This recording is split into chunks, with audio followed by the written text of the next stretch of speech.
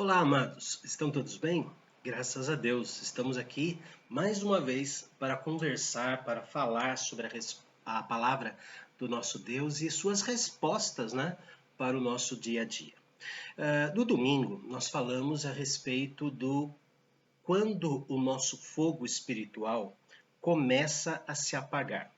Nesta mensagem, nós falamos, de acordo com o livro de Levítico, capítulo 6, do versículo de número 8 até o versículo 13, nós falamos sobre o fogo, que é função dos sacerdotes manter aceso.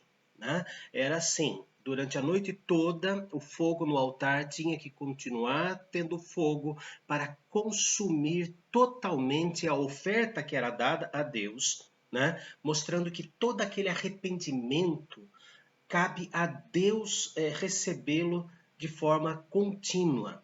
Então, tinha como ensinamento para o povo de Israel que todo o nosso sentimento deveria ser entregue no altar do Senhor e Deus se incumbiria de receber todo aquele arrependimento. E, em contrapartida, o fogo permanecendo aceso mostrava para o povo de Israel durante a noite que Deus estava ali. Deus estava vigiando, Deus é aquele que cuida do seu povo.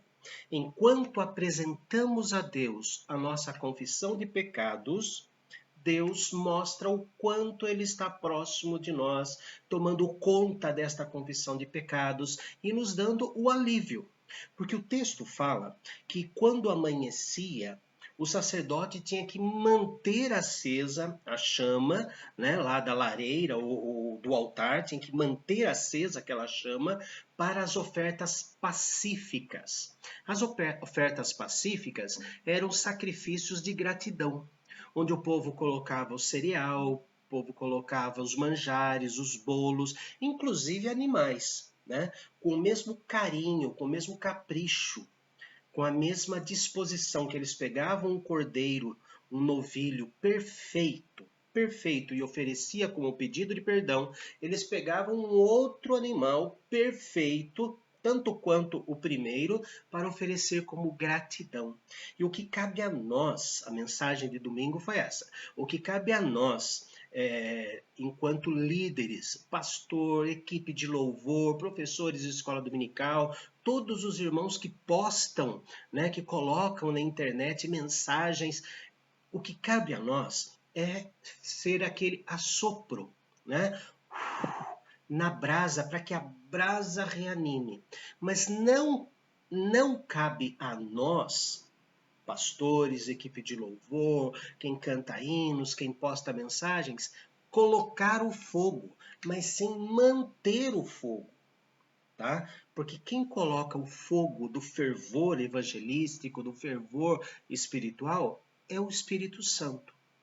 É ele que no momento da nossa conversão, nos mostra o caminho do pecado, nos mostra a condenação do pecado e nos mostra também o alívio do perdão na cruz do Calvário. Então ele que nos batizou, como João Batista dizia, eu batizo com água, mas virá aquele que vos batizará, com o fogo do Espírito Santo. Jesus, ele, ao nos perdoar, ele colocou em nós, através do Espírito Santo, aquele fogo, aquela paixão. Os irmãos se lembram que no dia da conversão, perdão, nas próximas semanas da conversão, liam a Bíblia, queriam decorar a Bíblia o mais rápido possível, contar para todos os parentes, para todos os amigos, aquele fervor, aquela chama. Mas o tempo vai passando, a gente começa a se esfriar e até às vezes sai da fogueira. Falamos também que a pandemia é uma grande inimiga do fervor espiritual. Sim, porque nós nos acostumamos com coisas, nós nos acostumamos mais rápido em não participar do templo, em não participar das programações, em não participar dos vídeos e acabamos nos esfriando. Então, a mensagem, o resumo da mensagem de domingo foi exatamente esse. Quando nós percebemos que estamos nos apagando, temos que nos reacender. E o trabalho nosso, repito, o trabalho do pastor, da equipe de louvor, dos irmãos que postam mensagens lindas, cânticos lindos, né, nas listas da nossa igreja, cabe a nós assoprarmos para que o fogo, para que reacenda aquela chama. Mas nós não colocamos fogo, quem põe é o Senhor.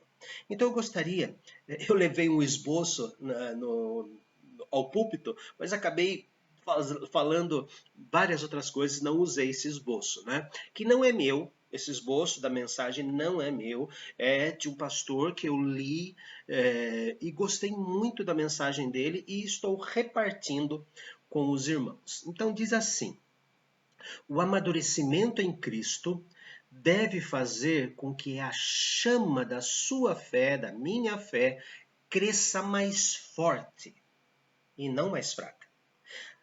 Ao contrário do carvão natural, quanto mais fogo, ele vai diminuindo até acabar, não é? Mas, ao contrário disso, aqui está a nova sarça ardente. Arde e não se consome, porque as misericórdias do Senhor são a causa de não sermos consumidos. As suas misericórdias não têm fim. Então, queridos, nós temos que nos amadurecer. A pandemia veio para jogar um balde de água gelada no nosso fervor. Os irmãos se lembram do fervor lá do final do ano, aquele pacto que a gente fez no dia 31 de dezembro, né? Planos para 2020. Veio o primeiro problema chamado pandemia, pronto, já acabou tudo. Acabou o fervor do acampamento, acabou o fervor de tudo, os olhos fechados e chorando, aquele abraço fraternal que nós tivemos no final do acampamento de janeiro, né? Aquele abraço com todo mundo chorando. E aí? Cadê aquele fervor? Eu não gostaria que aquilo fosse o que o meu presbítero lá no Paraná, que hoje já está diante do trono do Senhor, falava: isso é fogo de palha, não é fogo no nó do pinho. O fogo do nó do pinho é aquele que eles colocam em lareira lá no sul do país, porque ele se mantém muito mais forte. Fogo no nó do pinho. Então, cuidado. A chama de sua devoção a Cristo pode morrer. Primeira parte.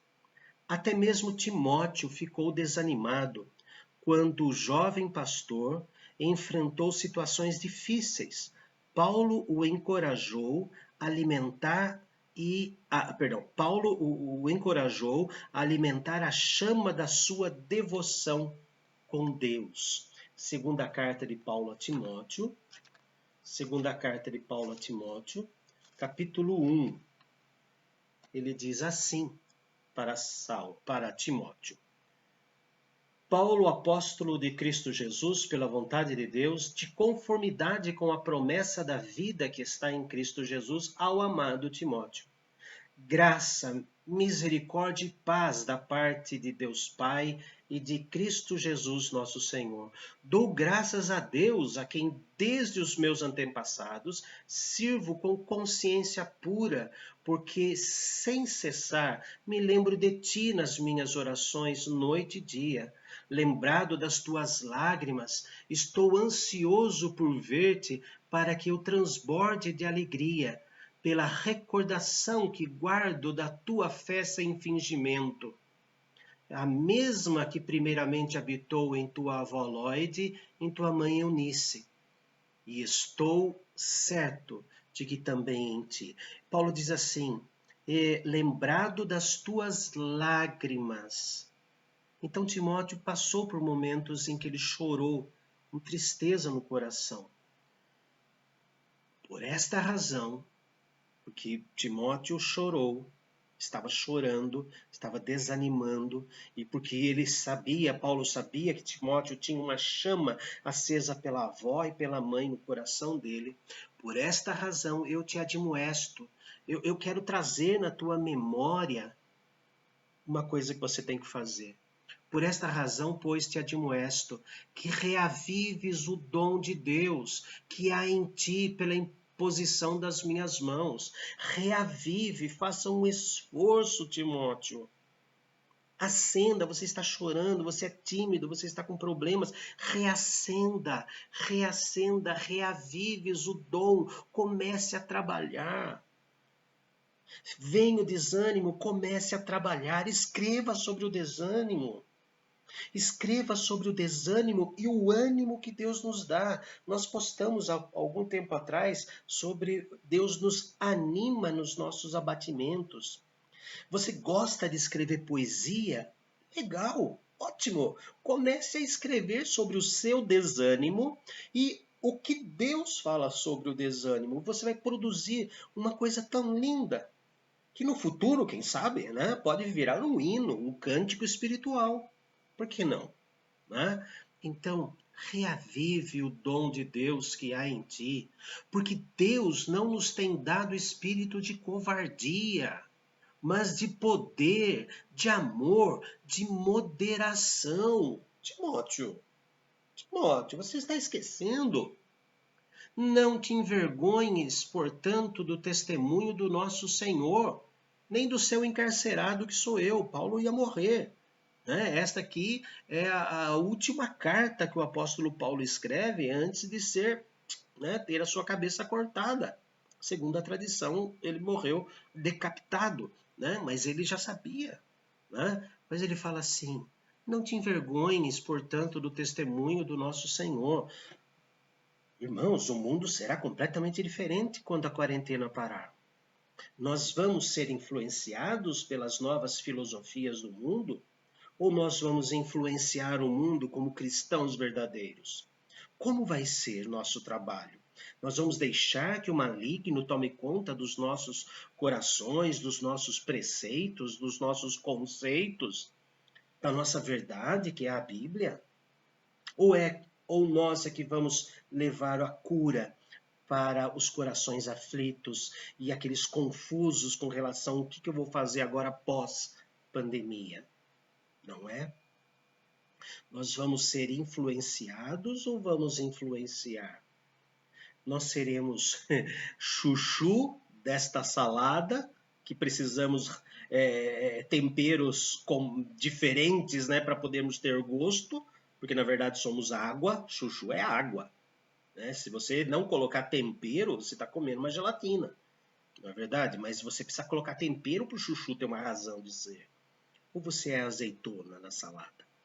A azeitona espalha o seu gosto, espalha, não é verdade, queridos? Então, Deus nos chamou para azeitona e não para chuchu. Mas é verdade, Deus nos chamou para influenciarmos o mundo, não sermos influenciados por ele.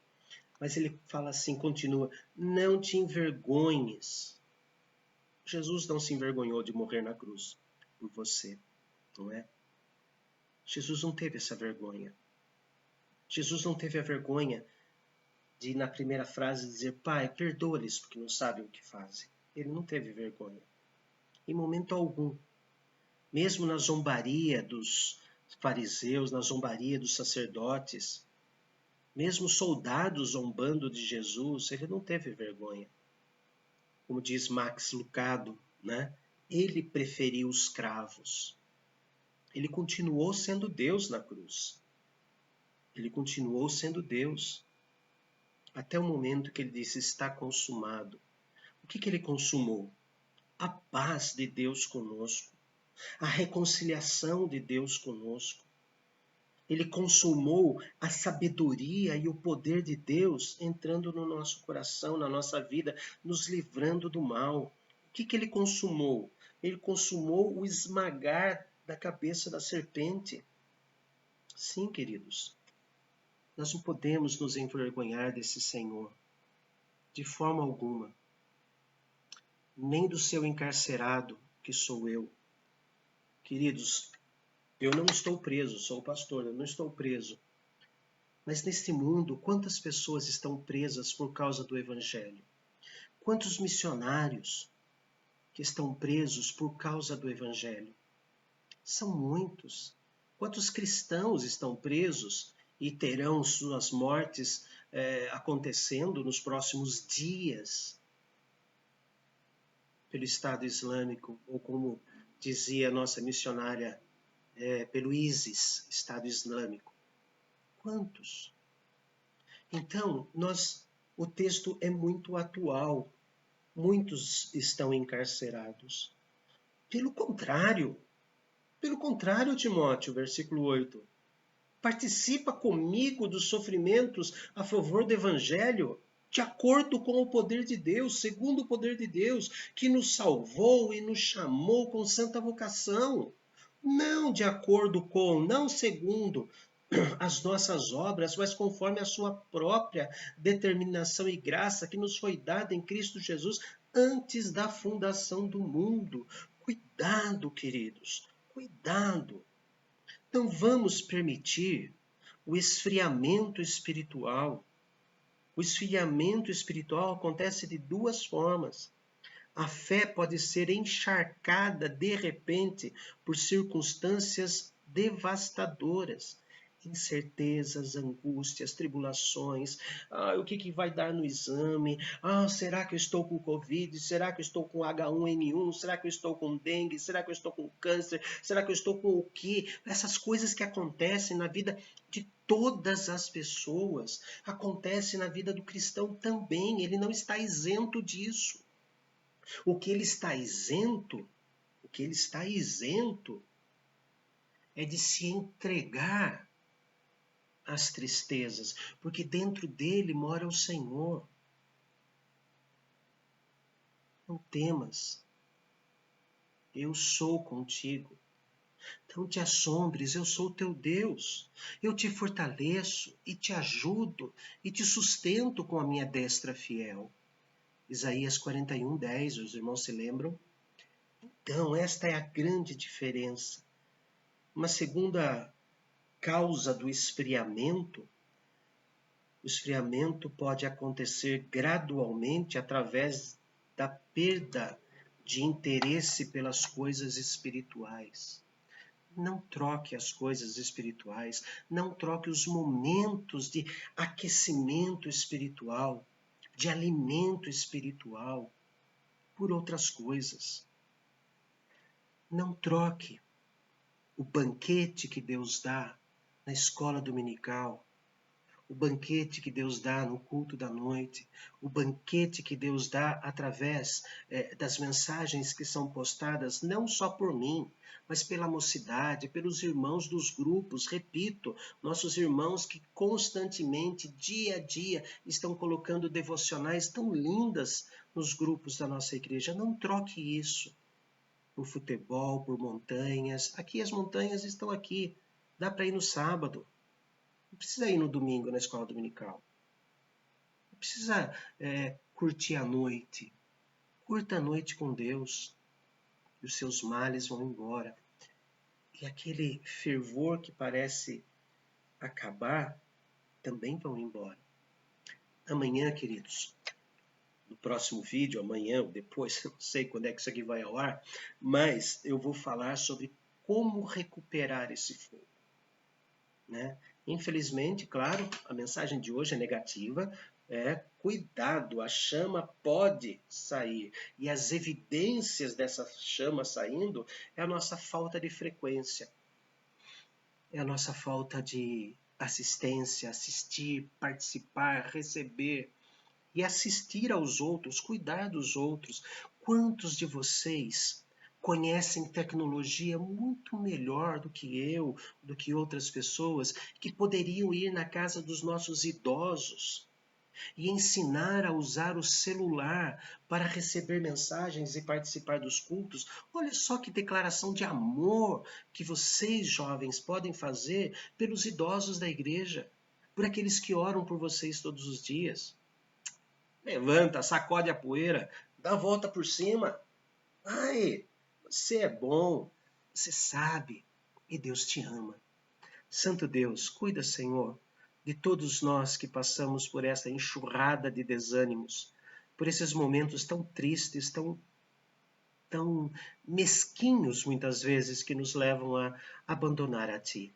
Reacende, Senhor, a chama do nosso coração, que as palavras, tanto faladas quanto cantadas em hinos e nos belos cânticos espirituais, que a mente de cada um que dirige a parte de louvor da igreja seja sempre iluminada por Ti, para a escolha dessas músicas que nos ajudam a abrir os olhos. Mas sem o Teu fogo abrasador, nós jamais faremos nada. Senhor, nos ajude. Senhor, cuide de cada membro da tua igreja. Reacenda esta chama. É o que eu peço em nome de Jesus. Amém. Grande abraço para todos e vamos pegar fogo!